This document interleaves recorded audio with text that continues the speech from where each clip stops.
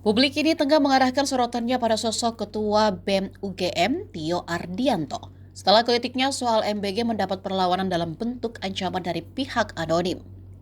Terbaru, Tio terlihat saling sindir di akun Instagram dengan Wakil Ketua Badan Bergizi Nasional, Sony Sonjaya.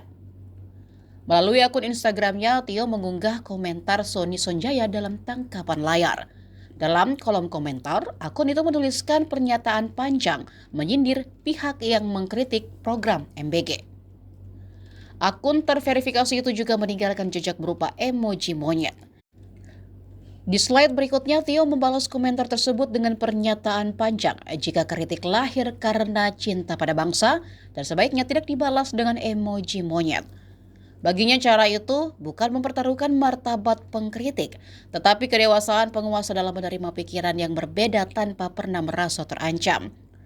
Kritik yang disampaikan bukan serangan personal, melainkan ekspresi kepedulian terhadap arah kebijakan publik. Tio kemudian mengulas makna simbolik dari emoji monyet.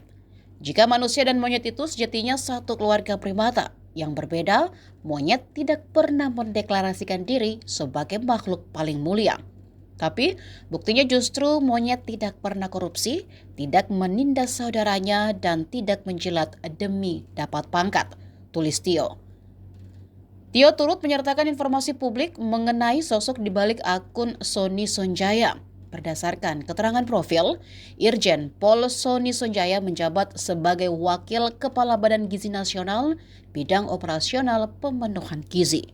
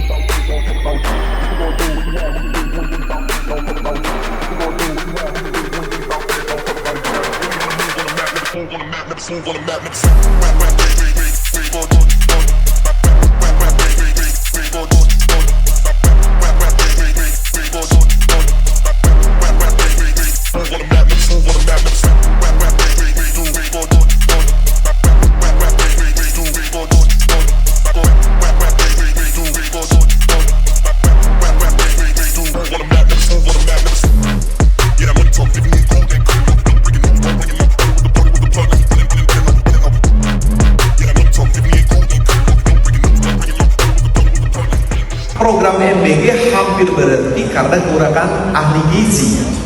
Kalau seandainya terminologi ahli gizi ini menghambat, mudah.